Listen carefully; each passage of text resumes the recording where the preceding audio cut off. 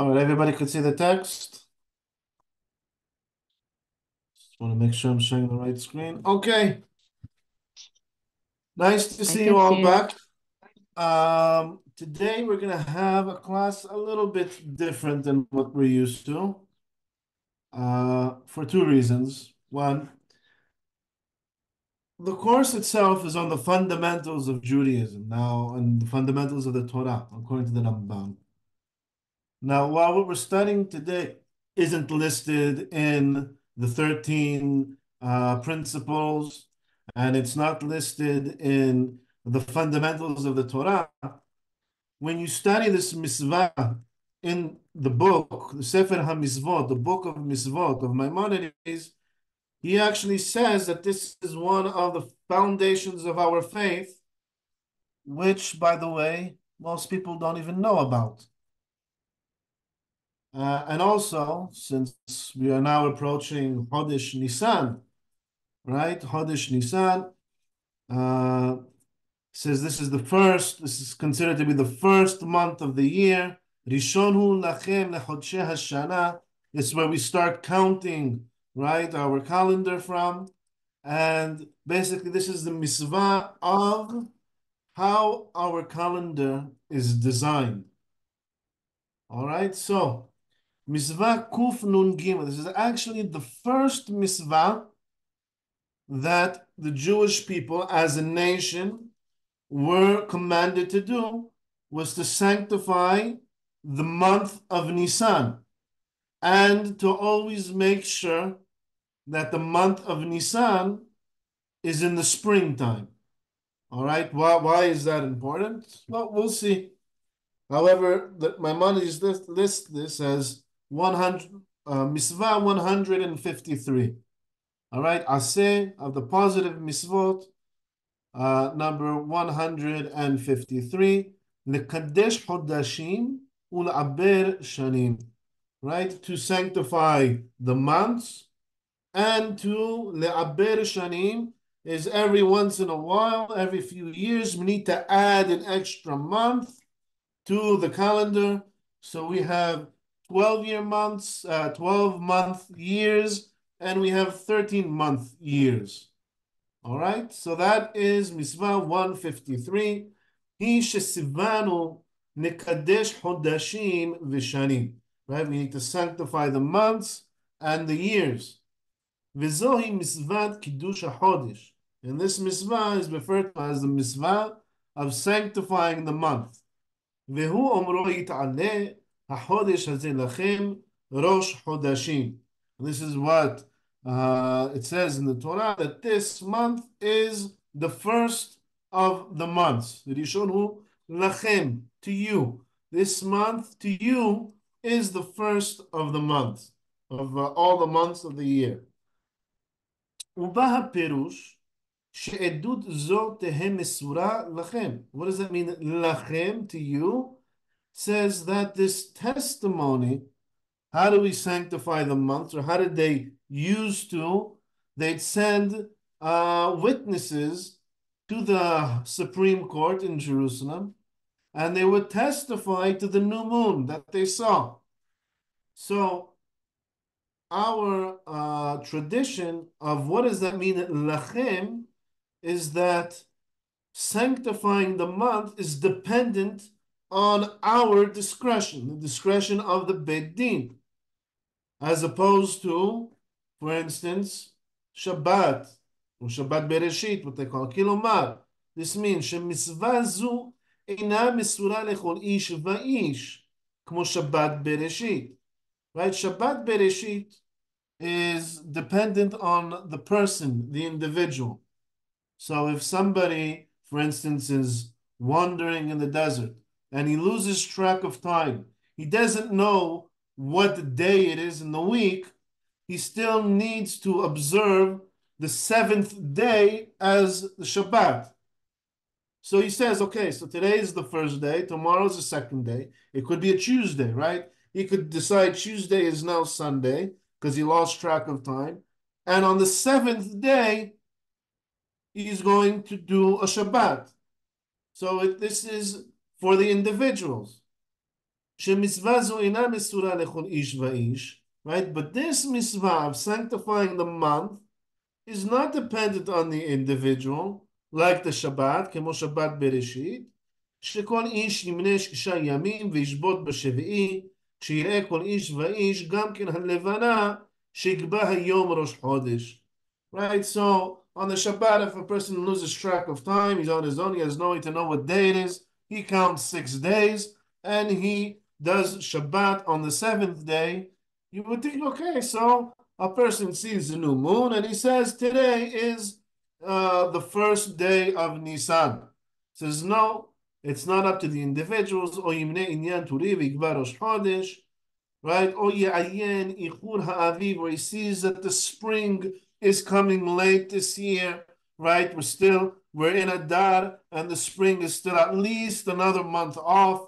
So we need to add an extra month to the calendar so that Nisan falls in the spring. This is something that the Beit Din is meant to do. He says this is not up to the individual to say today is the first of the month or today we're adding an extra month to the year. Right, there's a few different signs that the Beit Din looks to see if the spring is coming, if certain trees started to blossom, and if they didn't by halfway through Adar, they'll say, okay, well the spring is still off a bit. We'll add an extra month.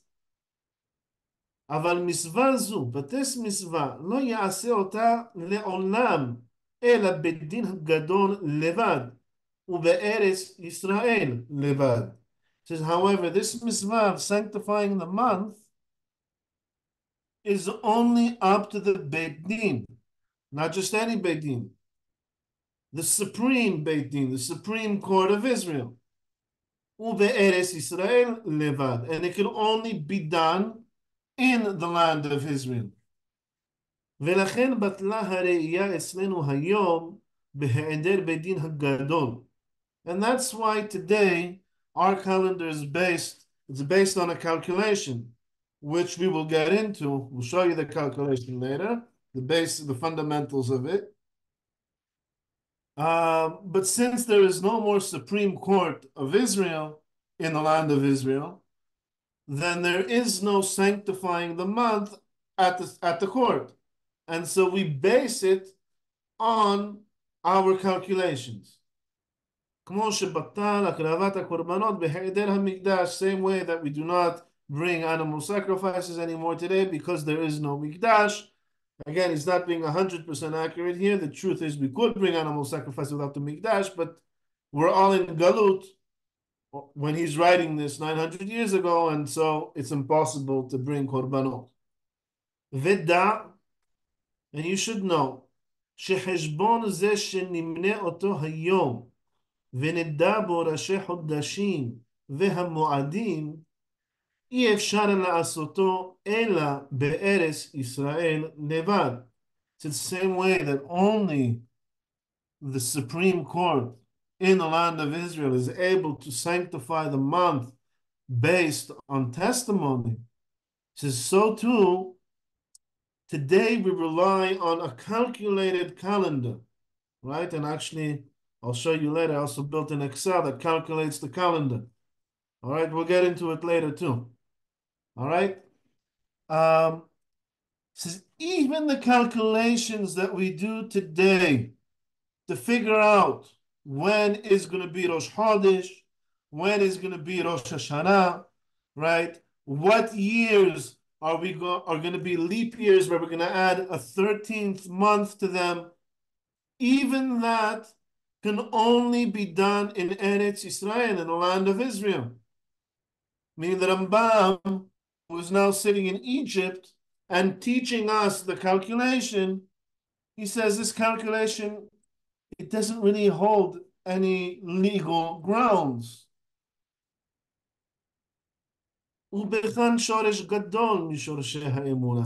Says, and because of this, right, this is a fundamental concept in Judaism, says, לא ידעהו ולא יתבונן במקומו אלא מי שדעתו עמוקה.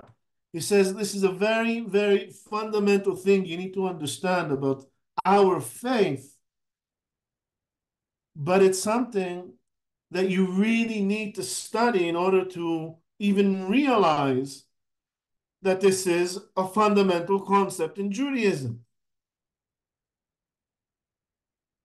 וזה שהיותנו היום בחוסן הארץ מונים במלאכת העיבור שבידינו. Right? And now, or at least in his times, where we are all spread out in the world, and we are doing the calculations to know when is Rosh Chodesh, right? And if you know when Rosh Chodesh is, then you know when Pesach is. Even more, you can know when Rosh Hashanah is. And Yom Kippur, the holiest days in the year, are based on our calculations, which have no legal grounding in Chutz La'aretz, but we do the calculations, ve'omrim, and we say, shezeh hayom Rosh Chodesh, we say today is Rosh Chodesh, ve'zeh hayom Yom Tov, and we say that today is a holiday, right? Today is Rosh Hashanah, today is the first day of Pesach. לא מפני חשבוננו נקבענו יום טוב בשום פנים. Says, we don't say that today is Rosh Chodesh or Yom Tov based on our calculation, אבל מפני שבית דין הגדול שבארץ ישראל, כיוון קבעוהו זה היום ראש חודש או יום טוב. He says, we are relying on the Supreme Court of Israel that already sanctified this day as Rosh Chodesh, and therefore 15 days later as Yom Tov. ומפני אומרם שזה היום ראש חודש או יום טוב, and because they say that this day is the Rosh Chodesh or is the holiday, יהיה ראש חודש או יום טוב. That, based on that, is that day set as Rosh Chodesh. בין שהייתה פעולתם זאת בחשבון או בראייה. Right? This is regardless of whether they sanctified the day based on a calculation or based on witnessing the new moon. ואנחנו, so what are we doing with the calculation? נחשב היום שקבעו הם. We are just calculating the calendar so that we know which day they sanctified, because we have no communication with them. So there's a set of rules that the Hachamim put down. For instance, you see the new moon and it's after Chatzot, after midday, then we decide that the next day is going to be Rosh Chodesh and not this day. All right, so there's a certain set of rules. For instance, we have a rule. It says, Lo adu Rosh. It says Rosh Hashanah can never fall on Sunday, Wednesday, or Friday. Why? It's a rule that the Hachamim decided. They, for whatever reason. So if the first of Tishrei falls on a Sunday, then it's going to be pushed off to Monday. This is a rule that they decided, and based on these rules, we know how to figure out the calendar so that everybody all around the world is in sync. So we are just calculating the day that the Supreme Court of Israel already sanctified as Rosh Chodesh. Or for instance, we'll see later, it's called a mahzor, a cycle of 19 years. And in this cycle of 19 years, 7 of those years have 13 months, and the other 12 have 12 months. All right? When we're not calculating, when we're sanctifying the month based on a witness testimony, then we never know what year is going to be the leap year. The Beit Din decides uh, in Adar if we're going to add another Adar or not. But once we're going out with a calculation for everybody, then the Hachamim decided I think it's the 3rd, 6th, 8th, 11th, 13th, 15th year of that 19-year cycle. I don't remember exactly if those are the exact number of the years that are leap years, but they decided 7 specific years within this 19-year cycle. Those years are always going to be a leap year, 13 months. All right, so we are just calculating to figure out what the Beit Din in Eretz Yisrael, who is using the same set of rules, sanctified as the Rosh Chodesh. Roseh lomar b'nei Eretz Yisrael. So what do I mean? The day that they sanctified, who is they? They are the people. B'nei Eretz Yisrael, the people living in the land of Israel. Right? Borosh Chodesh, ki b'malacha hazot be'asma munin v'kov'in. Right? Because they set the calendar, they sanctify the months based on these calculations and not lo bere'iyah, not based on witness testimony. Ve'al kvi'utam nismoch, lo al cheshbonenu. So we're not relying on our calculation to say this is Rosh Chodesh. We are relying on them sanctifying this day as Rosh Chodesh, and we are just calculating to figure out which day they sanctify. אבל חשבוננו הוא לגילויי מילתא בעלמא. All right, but our calculation is just to publish to the people so that everyone can know what day is Rosh Chodesh. Not that the calculation itself that we do outside Eretz Israel has any legal bearing. ואני אוסיף לך ביאור, and I want to add an extra commentary to this. Why is this such a big deal? He says, Shoresh Gadol, a great concept, very fundamental, Mishorsheh Emunah, in our faith. And here he's talking even more specifically about faith. He says, Inu henachnu derech mashal, right? If we were to assume, for instance, Shebnei Eretz Yisrael yadru me'eretz Yisrael, that there are no more Jewish people left in the land of Israel. We're talking about throughout a 2,000-year exile, where 99% of the Jewish people are residing outside the land of Israel. And he says, if that 99% would have become 100%, says, Halina la'el me'asod zot.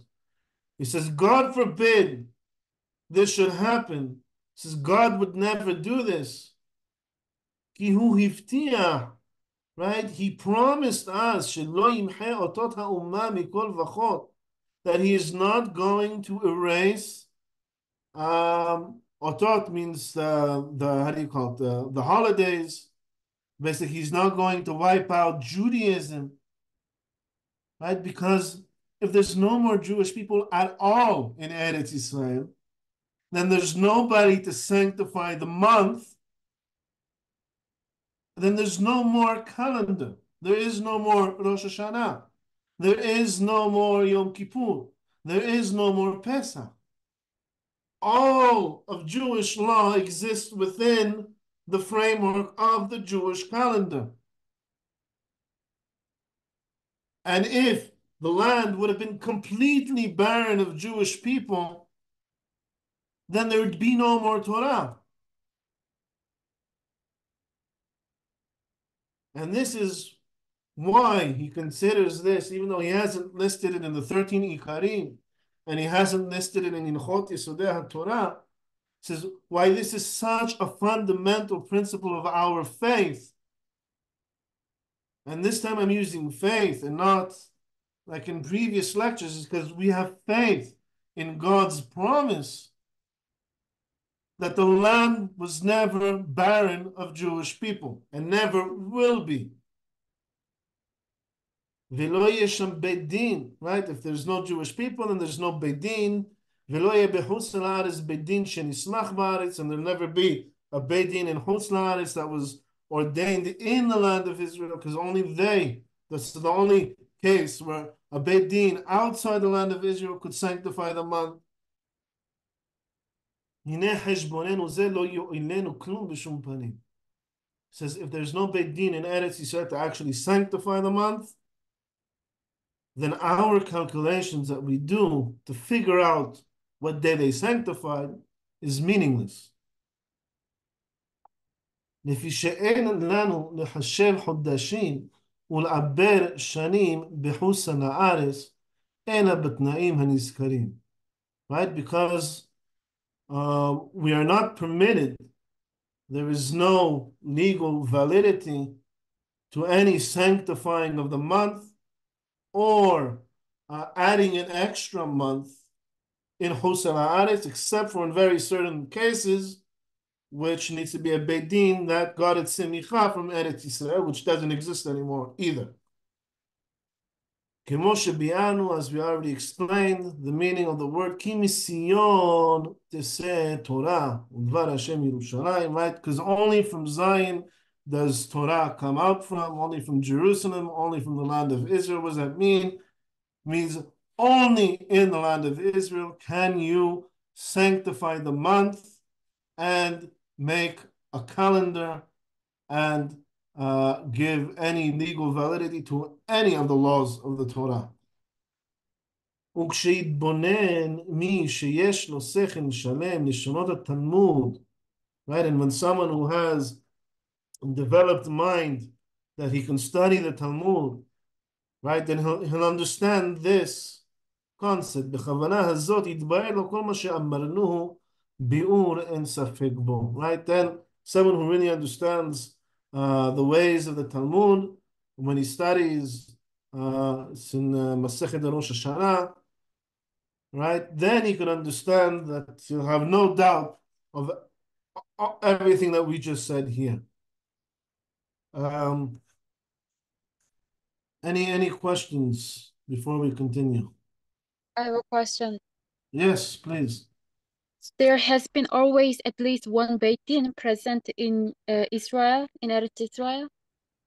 And right, so a Beit Din needs to consist of at least 3 people, right? So even if they're not an actual Beit Din that has a semicha from a previous Beit Din, who has a semicha from a previous Beit Din, if anybody remembers from our previous course on the introduction to the oral Torah, right? The semicha comes from Moshe.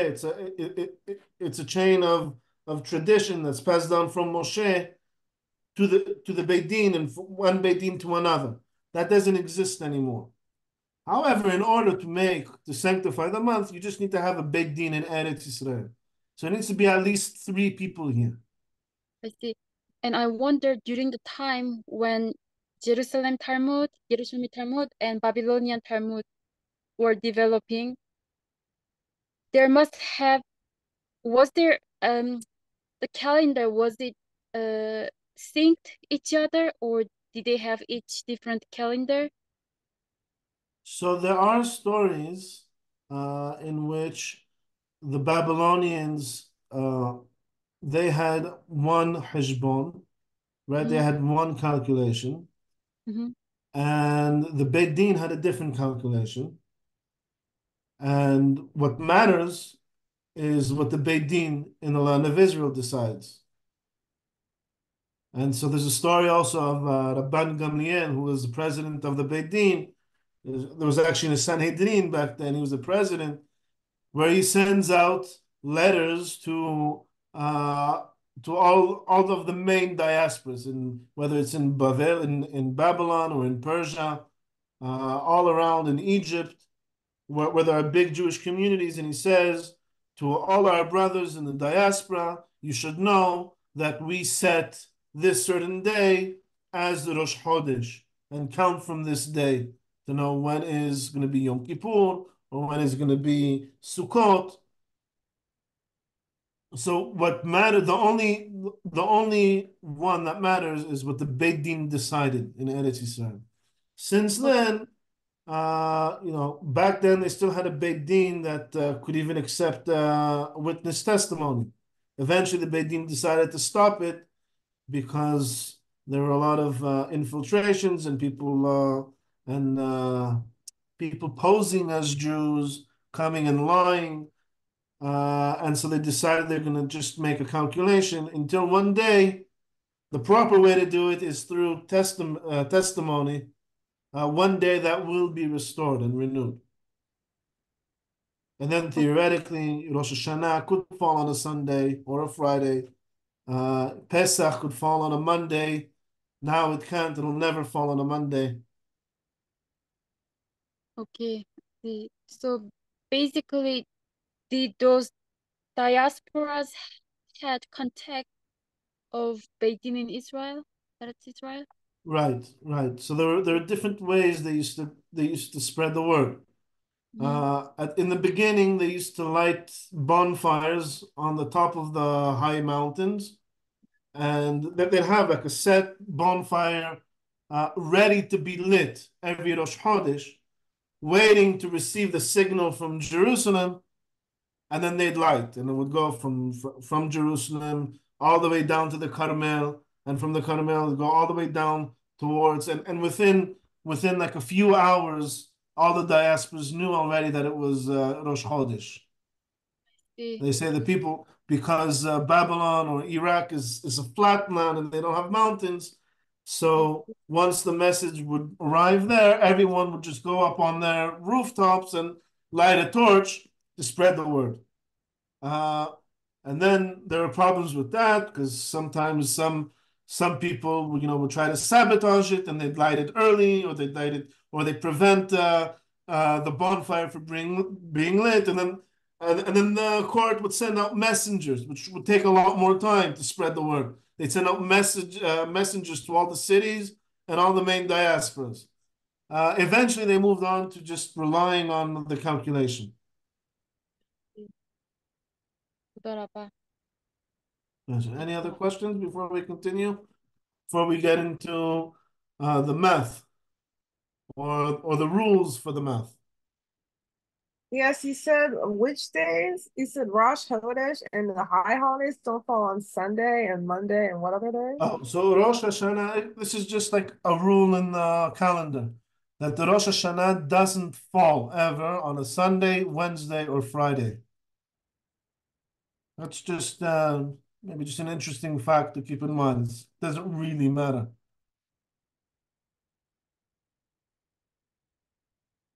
All right, so we're going to go into the laws. So what we were reading from now is Sefer HaMisvot. It's the book of the Misvot. The Rambam, before he wrote his book, his 1,000 chapter book on Jewish law, he first wrote a book on the 613 Misvot, describing each mitzvah generally, the meaning of the mitzvah.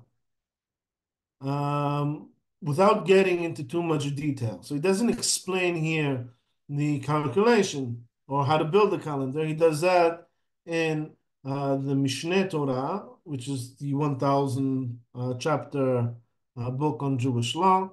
And he has a section called Hilchot Kiddush HaChodesh, the laws of sanctifying the month. And obviously, I'm not bringing all of it, just parts of it. Right? So it says, Chodsheh HaShana im Chodsheh HaLevana. All right, so the question is, I'm going to ask you, what is a year? If I ask you what is a year, and then we'll ask you how long is a year. So what is a year? What is the definition of a year? The time that the earth rotates around sun. All right, so the time that the earth rotates around the sun. Okay, so that's what the Western world considers a year, which is true. That is a year. And what is a month? The time moon rotates around the earth. Is the time that the moon rotates around the earth.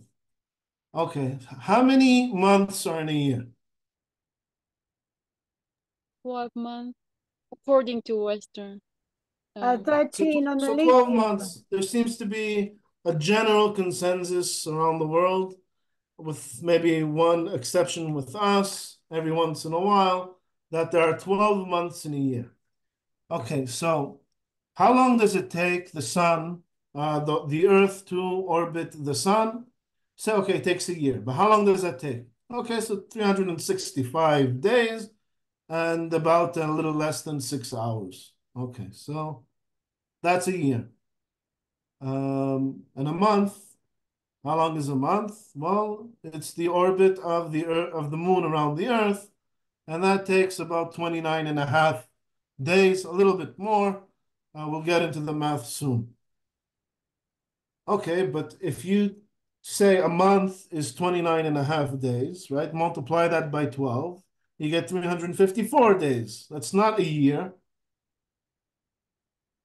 So what's a month and what's a year?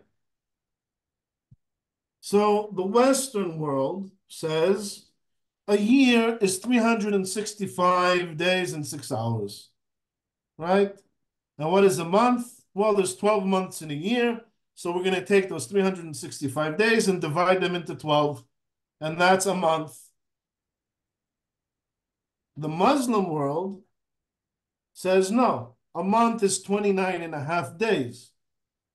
All right? It's called a lunar year. A lunar year is 12 months of 29 and a half days. And so their years are shorter, it's 354 days. And what do we say? We say no, a month is a month and a year is a year. All right? A month is 29 and a half days, give or take, right? Every 12 of those could be a year, because if we want the spring to always fall in the same month, if we always want Nissan, the month of Nissan, to be in the spring, then every once in a while we're going to need to add an extra month. So it says, Hodsheh HaShana, the months of the year, Hodsheh HaLevana. So the months of the year are lunar months. שנאמר עולת חודש בחודשו, ונאמר החודש הזה לכם ראש חודשים. Right? It says, as it rises month by month, and so a month is a defined, is a very defined unit of time. It's the orbit of the moon around the earth. והשנים, however, the years that we calculate, הם שני החמה.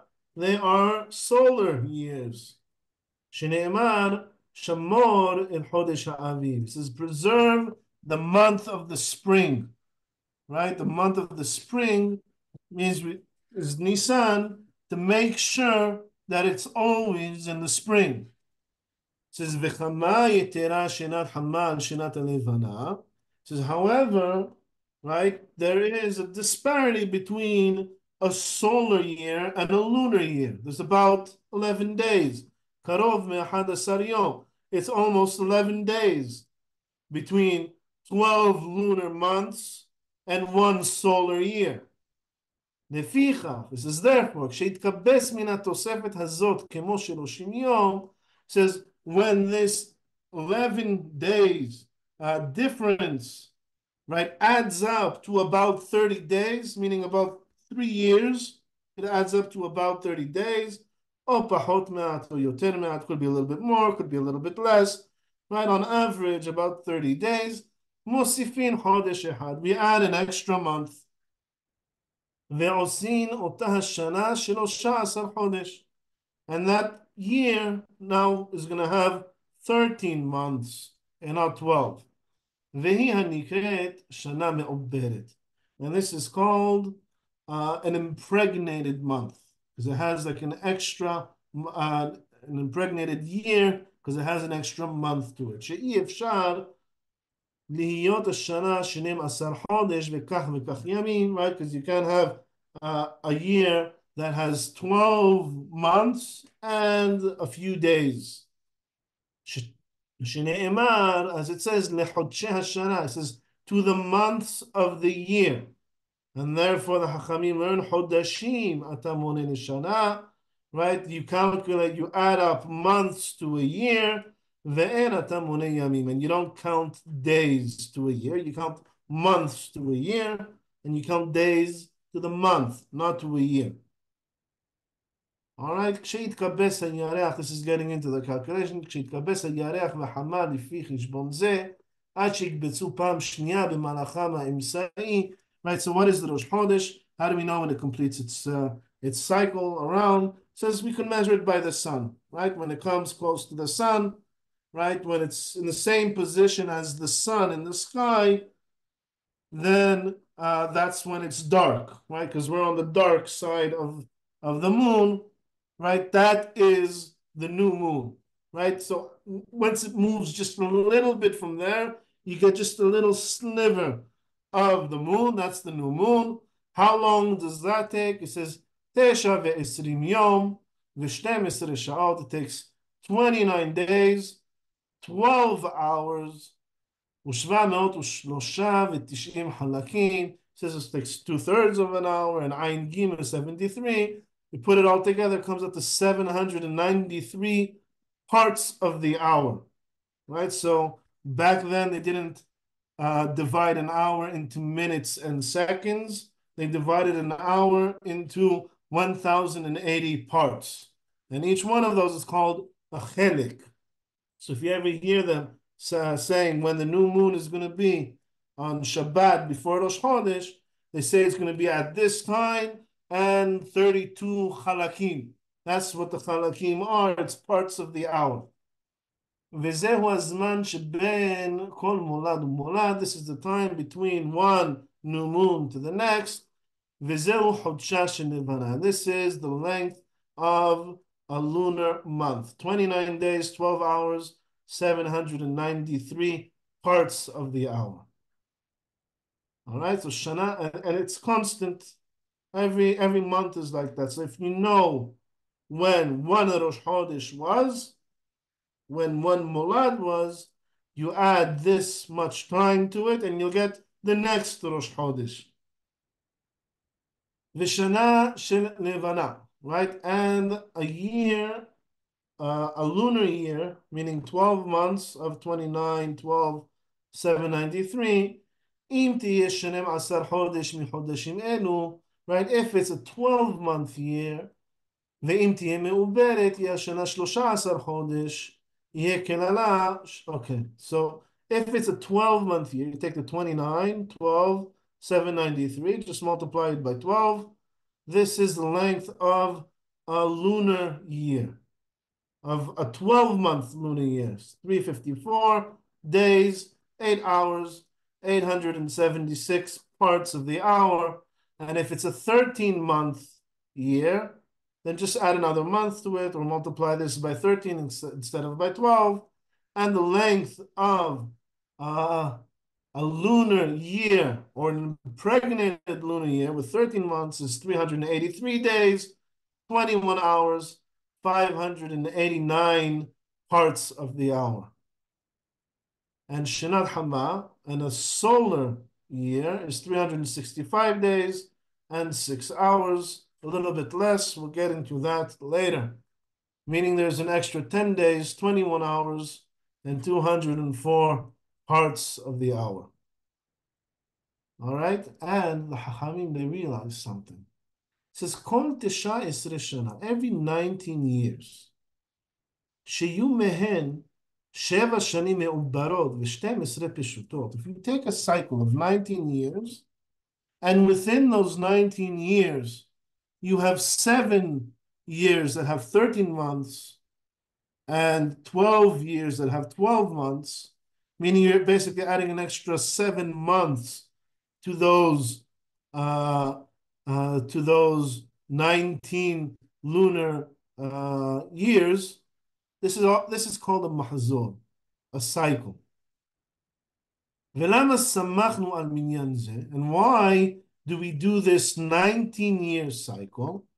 שבזמן שאתה מקבס מניין ימי 12 שנה פשוטות, ושבע מעוברות ושעותיהן וחלקיהן, תמצא הכל 19 שני חמה.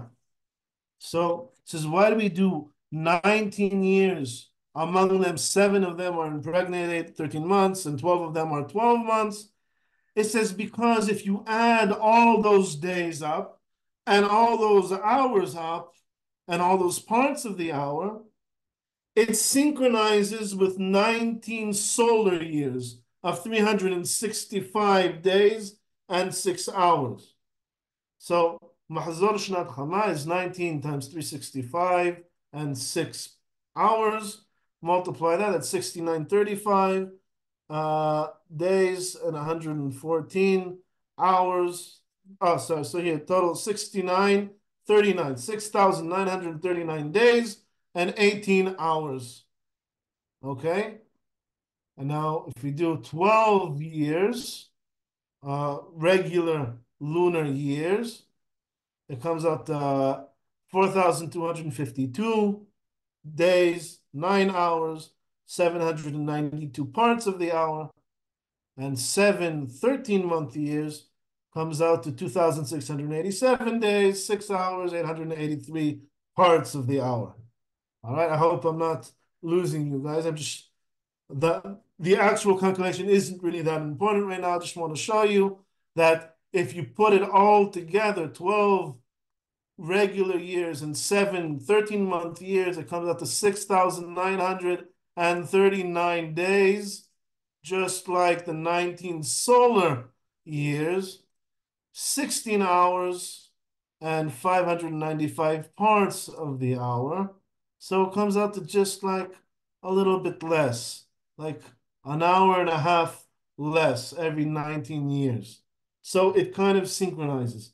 The truth is, and this is a hidush of Chachmei Israel, is that, and we know this now to be astronomically correct, is that the solar year is actually a little bit less than 365 days, and 6 hours, actually 5 hours, 55 minutes, 25 seconds, and 10 or a tenth of a second, which is the exact calculation of Chachmei Israel, meaning that they actually synchronize perfectly 19 solar years with this cycle of 19 lunar years when there is 7 extra months to it. Okay, so we know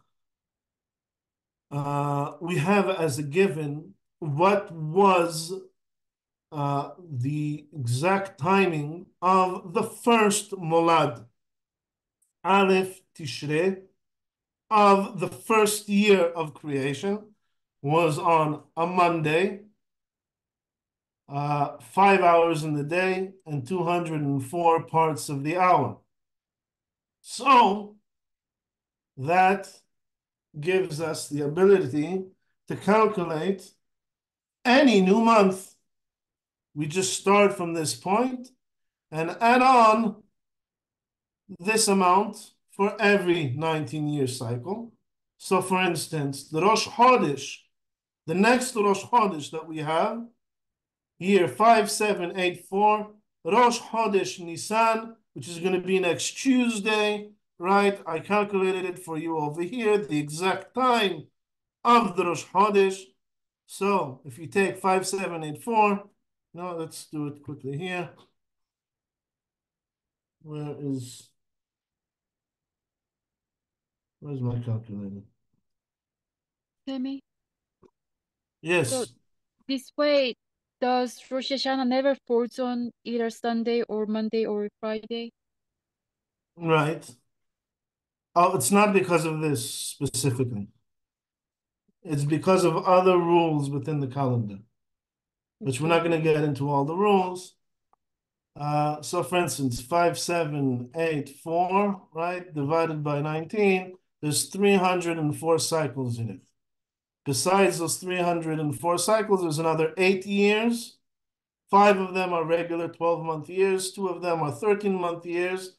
Add on another 7 months to that, and you get the new moon of Nissan, the next new moon that we're going to have, which comes out on Tuesday, another week from today.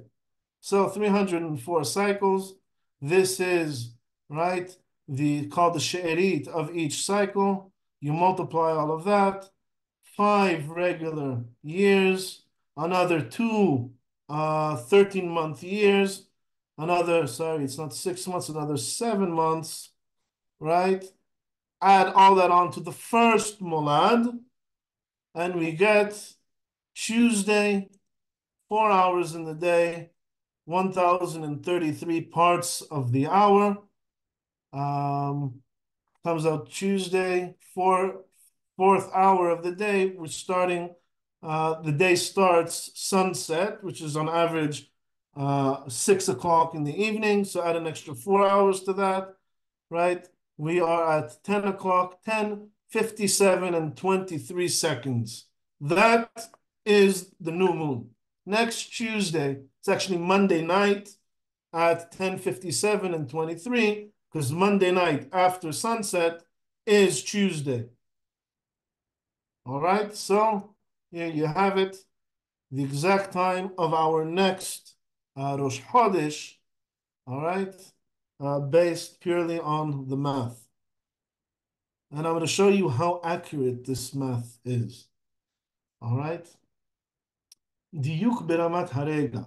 We said that there's still like an hour and a half off between 365 days and 6 hours, right? And a 19-year cycle.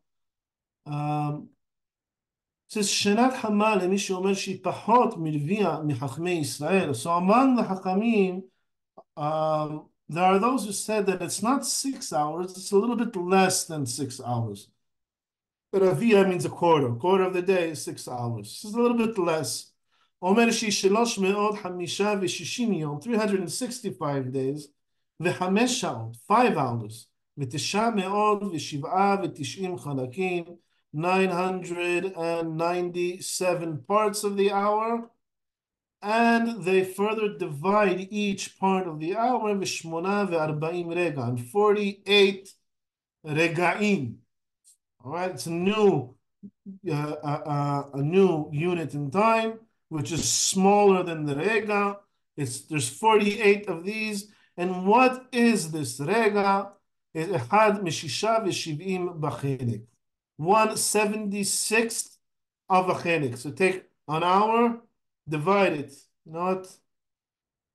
Let's see, take an hour, right? You divide an hour into 1,080, divide that into 76, right? Where was I going here? Never mind. I already did the math. It comes out to 0.04 seconds. That is the length of a rega. So the exact, and what's special about this? And according to this calculation, there is no extra 1.5 hours. It synchronizes perfectly the 19 years, solar years, and the 19 lunar years with an extra 7 months to it. But in every one of these 19-year cycles, ישלמו שני החמה עם שני הלבנה הפשוטות והמעוברות. Right? So every 19-year cycle, these two types of years, lunar years and solar years, that will synchronize perfectly. Okay, so that helps us with the calculation. But I want to get into the deeper meaning behind Yishnemu Shnei HaMayim Shnei HaLevana. All right, we're going to go back to Bereshit. When God created the heavens and the earth, he says, Vayomer Elohim, and God said, Yehi me'orot birki hashamayim, says, let there be luminaries in the skies, lehavdin ben hayom uben halayla, in order to differentiate between day and night.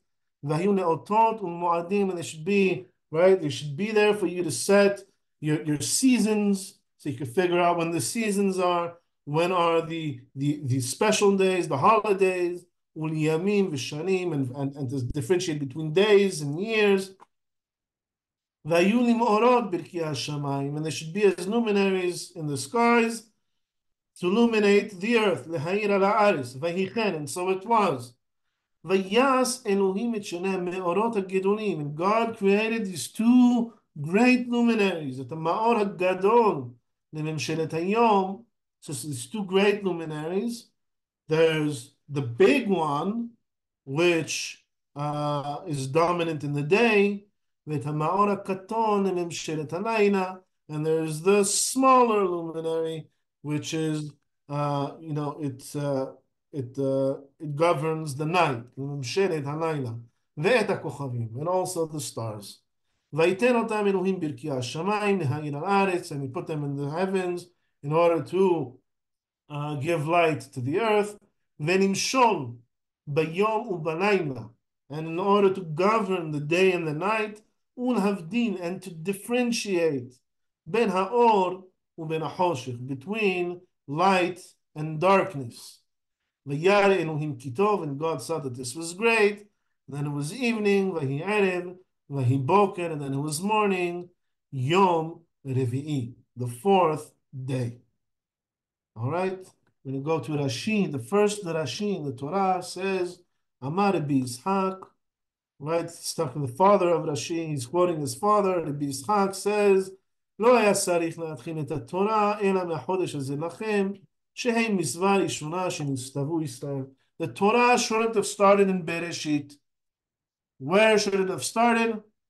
Should it have started with the first mitzvah? If the Torah is a book on law, then start me off on the first law. The first law we ever received was Kiddush HaChodesh. It says, so why did he open the Torah with Bereshit? It says, Mishum koach ma'asa v'gid la'amo latet lehem nachalat guim. Right? In order to establish that I created the world and I am going to give whatever piece of land that I want to whatever nation I want. And if I want to give this section of the Middle East to the Jewish people, and over there they're going to sanctify the month, then I want it well established that I am the creator and I am the only decider of who gets what. And then he goes on to Hameorot HaGidolim, the great luminaries, says, Shavim Nivrao. Says they were created equal. ונטמעתה הלבנה שכתרגה והאמירה. And then says the smaller, why is it called two great luminaries? And then there's the great one and the little one. It says no, they were created equal. But then the moon said, no, well, one of us should govern. God said, fine, then I'll make the sun the greater one and you'll be the smaller one. And well, obviously, this midrash isn't to be taken literally. But what Rashi is pointing out over here with this midrash is that there is this tension between the sun and the moon. And so we see half of the world sanctifies the moon, right? The entire Muslim world. The Ramadan comes out on a different date, different English date, or being completely different season every year, because each one of their years is 10 days shorter.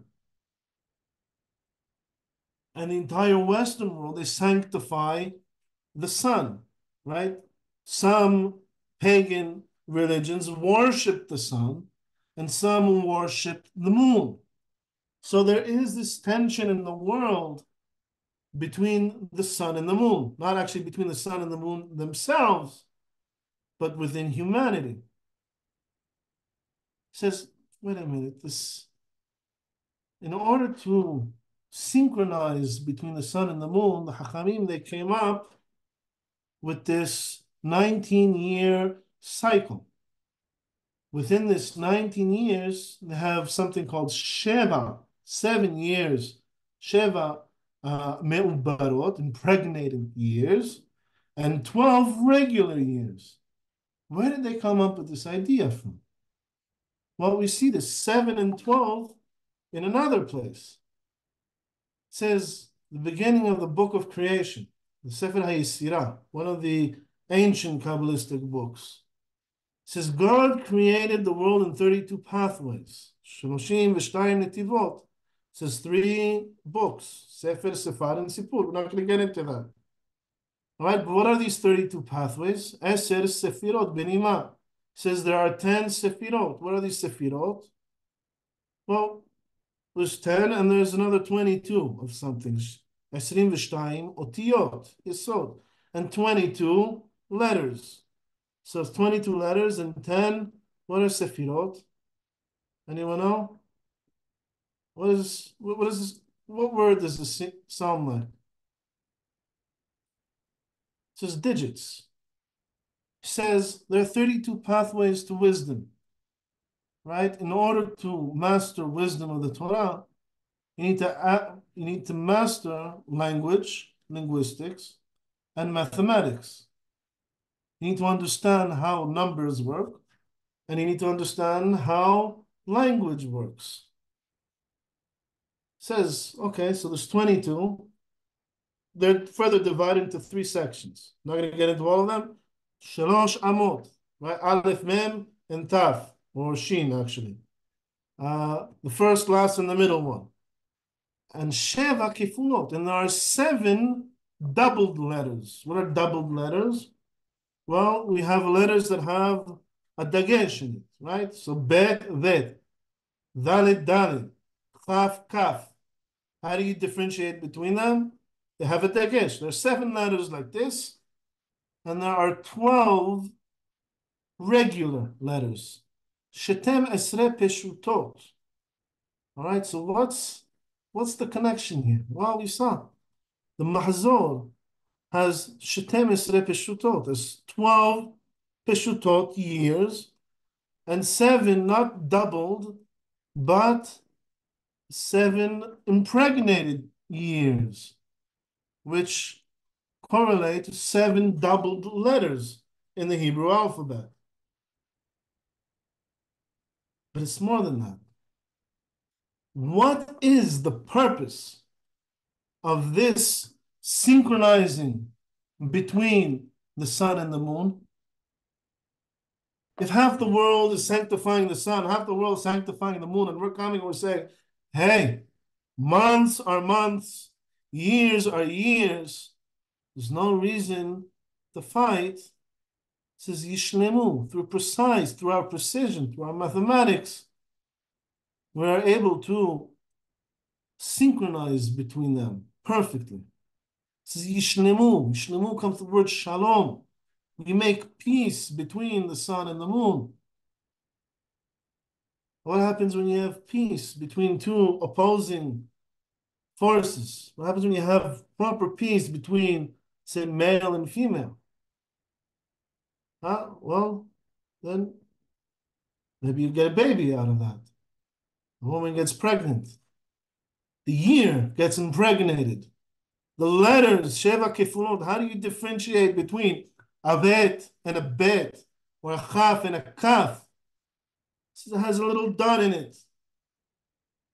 It has like a little, it's impregnated. That's what it is.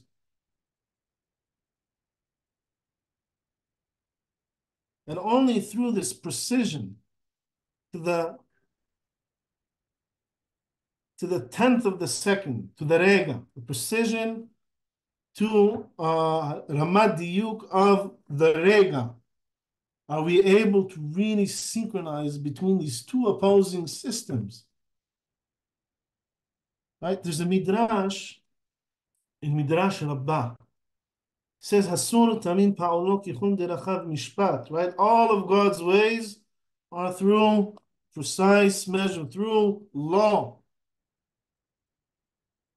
It says this is talking about Balak. Everyone know the story of Balak? Balak was like the great sorcerer of the pagan world. It says, Lo iniyah HaKadosh Baruch Hu pithon pelak goyim. Right? HaKadosh Baruch Hu didn't want the goyim to come and say, oh, look at all this greatness you gave to the Jewish people. Right? How come you didn't give us any? Of course we would believe in you if you would give us everything you gave to the Jewish people. It says, La'atit lavo lomar shatari hatanu, says, you set us away. and you brought the Jewish people close to you. So what did God do? It says, Ma'asa Kadosh Baruch. What did he do? כשם שהעמיד מלכים חכמים ונביאים לישראל, כך העמיד לגויים. It's the same way that he gave us wise men, and he gave us prophets, and he gave that all, and riches and fortune. He gave that to the goyim as well. He brought forth Shlomo, Melech Israel v'al kol ha'olam. Says he was the emperor of the Jewish people and of the world. And so too he made another emperor. He made Nebuchadnezzar of Babel. Zebana Beit Mikdash, right? This one, Shlomo, he built a temple, and he composed some songs to be sung in the temple. And this other one, he destroyed the temple, and he spoke blasphemy about God. Natani David Oshin, he gave him riches, fortune. So what did David do with it? And he purchased the Temple Mount in God's name. He also gave fortune and riches to Haman. He was the richest person in the Persian Empire after the king. And what did he do with that fortune? And he used that fortune to try to massacre an entire nation. כל גדולה שנטלו ישראל, התמוסה שנטלו האומות כיוסה בה. Any greatness that God gave to the Jewish people, you'll see that he gave it also to the goyim. העמיד משה לישראל ובלעם לגויים. Right? He gave us Moses, the greatest prophet, and he also gave the goyim, he gave them Bil'am.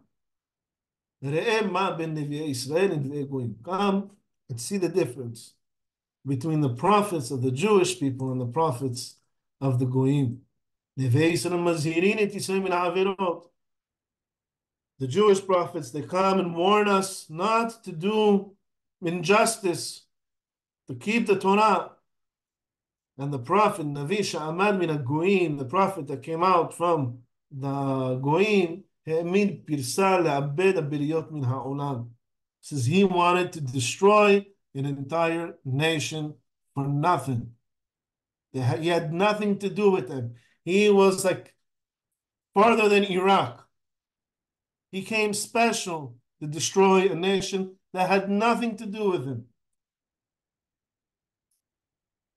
And what was this special significance of Bil'am, that he was compared to Moshe? Right? They say that Moshe was the greatest prophet in Israel, and the Chachamim say, right? They say that there will never be another prophet in Israel like Moshe, but there was one among the Goyim, and that was Bil'am. And they say, what was the greatness of Bil'am?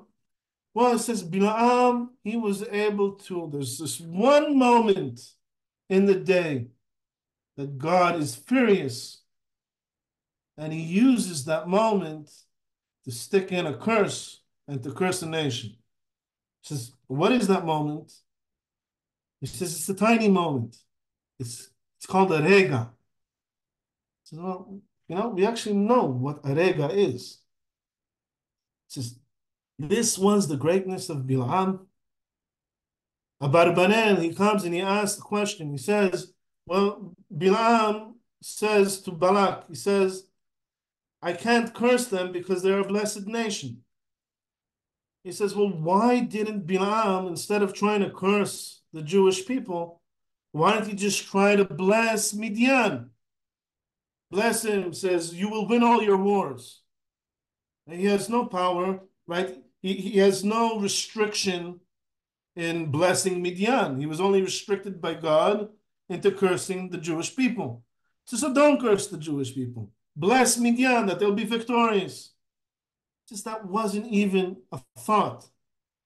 The only thing that he can think of is to take advantage of that rega that God is supposedly furious to stick in a curse. Just, and what do we do with that rega? says, well, we use that rega to bring peace to the world. Not just to the people of the world, but to the entire solar system. We synchronize between two opposing powers, and we harmonize them. Why? Because, well, we know how to figure out that rega.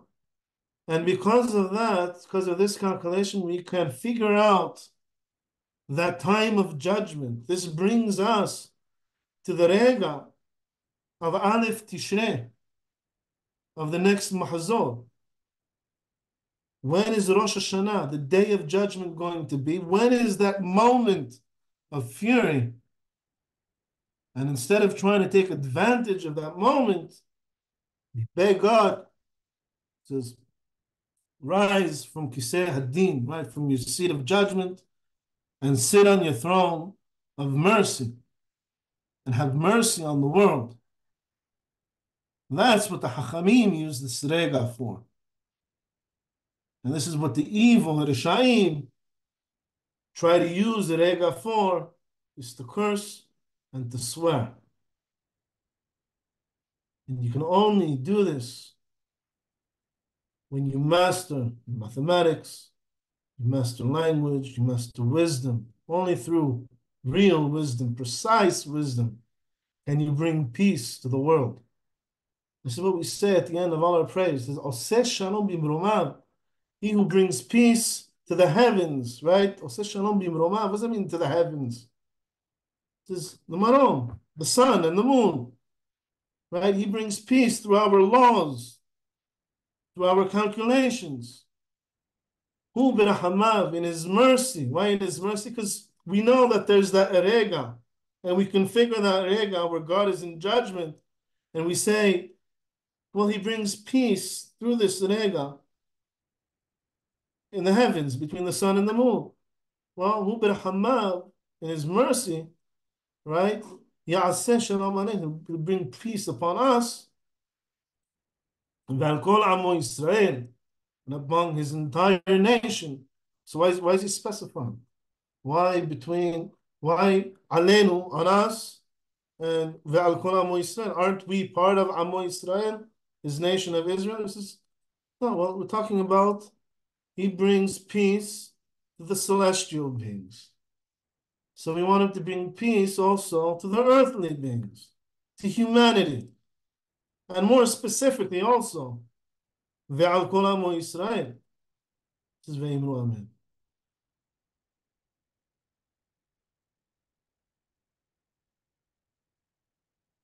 It says, look at the difference between our Nevi'im and the Nevi'im of the Goyim. It says, V'lo od, אלא שכל הנביאים היו במידת הרחמים על ישראל וגויים.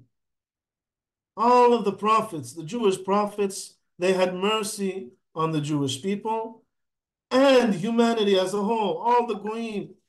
Says, you see Yirmiyahu, Omer, Nibine Moav al Halalehim, right? When Moav, right, was at war and they were destroyed, he says, my heart goes out to Moav.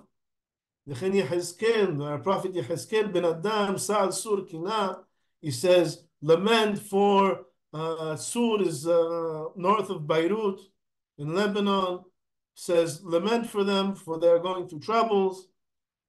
V'zeh Achzari Bin'an. Right, but this cruel Bilam came and he wanted to uproot an entire nation, Hinam, for no reason, maybe just for some personal gain. He had nothing to do with us, and he came out of his way to try to destroy us. And this is why the whole parasha of Balak and Bilam was recorded in Torah, because otherwise it has no effect on us. We were supposedly completely unaware of everything that went on between Balak and Bilam. The Torah recorded it to tell us why he took Ruach HaKodesh and Nevuah away from the Goyim. Because he had this one, and look what he did. And that's it. I'll show you something interesting that I figured out based on this. This is an Excel I built in order to calculate basically the new moon of any month of any year. You just put it in, and it'll give you the calendar of that year. And here you also have the calendar and everything, but I found actually something out very interesting. Right? If you go to year one, we said it all started on a Monday, 5 hours in the day, and 204 parts of the hour. I said, when was Adam Harishon created or born? It says, well, he was born Aleph Tishrei. That's what our tradition is, Aleph Tishrei. What day was it? What day was Aleph Tishrei, Adam's birthday? You know, he was created Rosh on a Hashanah. Friday. What? Sorry? Yom Shishi. Right, it was Yom Shishi. It was a Friday. So why are you telling me here it's a Monday? Why are we counting from a Monday? So the truth is, Aleph Tishrei. So when we say Rishonu Lachnem Lechodshei Hashanah, we're actually counting from Nisan. See, the fourth, right? Nisan was during the spring equinox on the first year. This is the first year. This is actually the Wednesday before Adam was created. Look, he was created this fourth day that the sun and the moon and the stars were created, right? Which we're resynchronizing with every 19 years. This was actually a Wednesday. Adam was created Aleph Tishrei of the second year. Look at this. By the way, this is our tradition. It's recorded in Ilchot Shemitah in Yovel. He says, Molad Adam Harishon, right, of the second year, which was a Friday. Adam was actually born on a Friday. The Molad, the Rosh Chodesh of when he was born was at 8 a.m., 0 minutes and 0 seconds. It was like a round, extremely rare round number. Any questions before we finish? Not a question, but it's amazing, really, what you told us today. Oh, thank you. I wasn't sure if I was going to lose you all with the calculations and whatnot.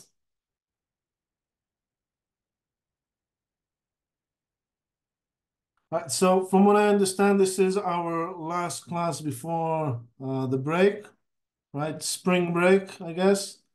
And now you know a little bit about the Rosh Chodesh Nissan and the month of Nissan that we're going into. And this is also the last class of this series, of this course. We're going to start something completely new. I think we pretty much covered all of the fundamentals of Judaism and all of the fundamentals of the Torah, and one extremely important fundamental of Jewish faith, which is something that actually eludes almost everybody, because as the Rambam says, you really need to be wise and look deeply in order to understand that this is a big fundamental of Jewish faith. And hopefully now I was able to demonstrate to you why that is.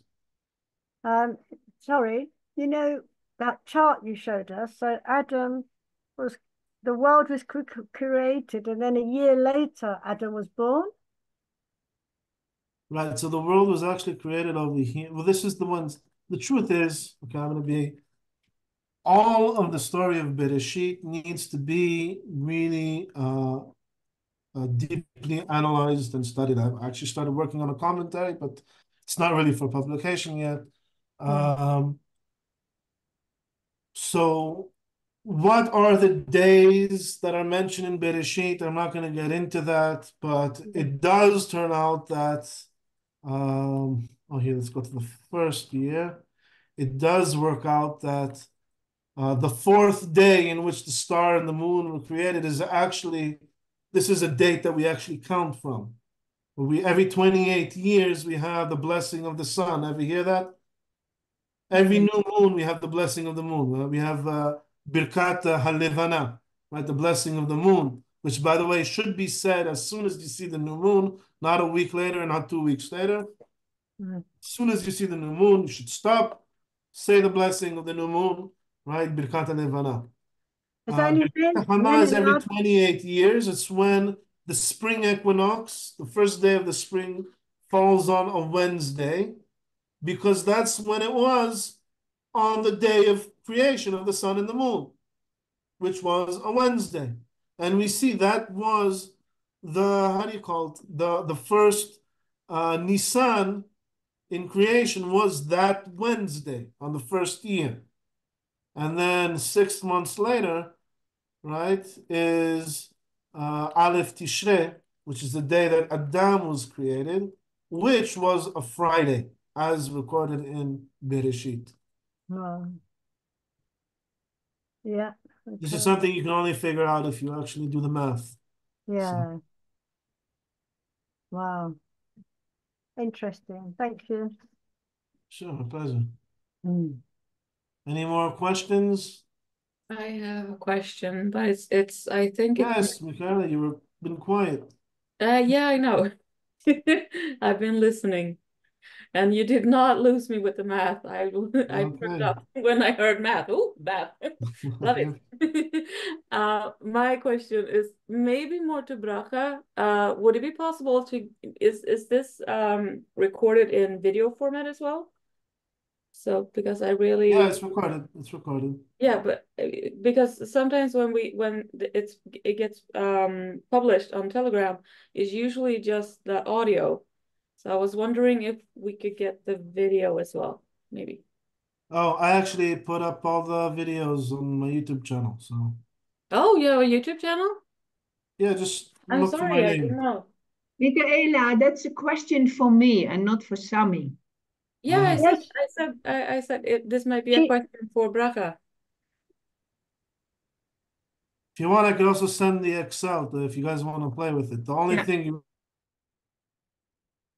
Send it, need please. to change is the numbers of, right? So what it does, it tells you each year, is it a Peshuta year, meaning 12-month year, or is it Me'uberet? Let's see, I think it's 6. See, or if it's has a 13-month year. Notice on, so you see you always have 13 months over here. Let's go into like year 5, for instance, which is a 12-month year.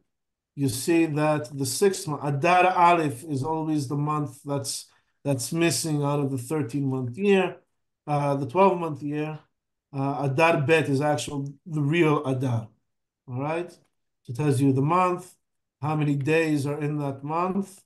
That's also based on rules that the Chachamim decided.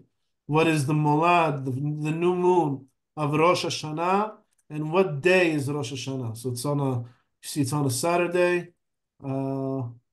Let's see, the next Rosh Hashanah is 5785.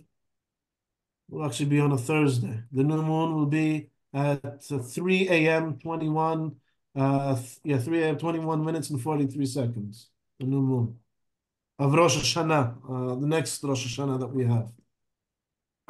See, this year, 5784, right? This was a Me'uberet year. We just had 2 Adars, right? And we are over here. You can see if we go down here. Nissan, right? Rosh Chodesh Nissan here. The first day of Nissan is on a Tuesday. And right, Monday night, Tuesday is Leila Seder. This is already Pesach on the 15th.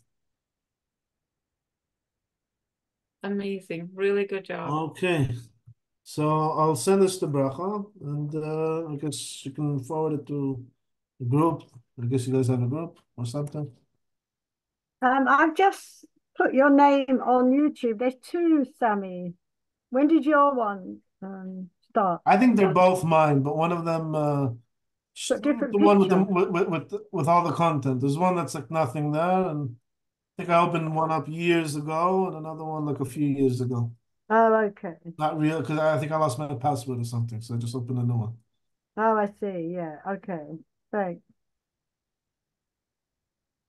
All right. Thanks to you guys, I actually have some English content, because other than that, everything was in Hebrew. Oh, this is in Hebrew on YouTube.